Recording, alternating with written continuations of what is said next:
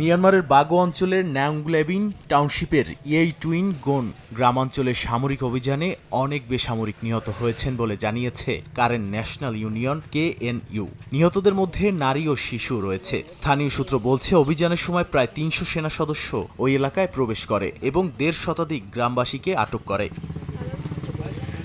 Current piece support নেটওয়ার্কের তথ্য অনুযায়ী সেনারা গ্রামে ঢোকার সময় পালানোর চেষ্টা করলে কয়েকজন গ্রামবাসীকে গুলি করে হত্যা করা হয়। ২ দিন পর ওই এলাকায় current national liberation army KNL এর সঙ্গে সংঘর্ষ শুরু হলে জান্তা বাহিনী ড্রোন ও যুদ্ধবিমান দিয়ে হামলা চালায়। কিয়াংগোন ও দালাসেই গ্রামে বিমান হামলায় কয়েকজন নিহত হন।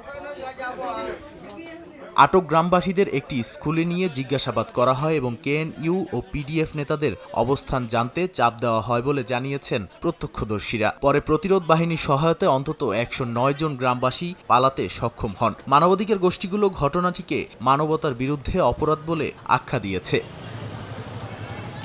বিশ্লেষকদের মতে ২০২১ সালের সামরিক অভ্যুত্থানের পর আন্তর্জাতিক নিষেধাজ্ঞা ও কূটনৈতিক বিচ্ছিন্নতার মুখে পড়েছে মিয়ানমার। এতে দেশটির জান্তা সরকার ক্রমেই চীন ও রাশিয়ার ওপর নির্ভরশীল হয়ে উঠেছে। জাতিসংঘে কূটনৈতিক সমর্থন, অস্ত্র সরবরাহ এবং প্রযুক্তিগত সহায়তার মাধ্যমে বেইজিং ও মস্কো কার্যত জান্তা সরকারের প্রধান আন্তর্জাতিক ভরসায় পরিণত হয়েছে।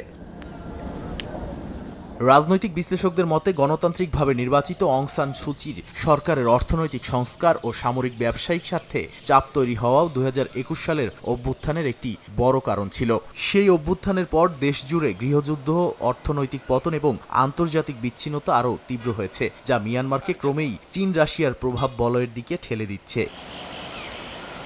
নাদিম মারজান, সময় সংবাদ।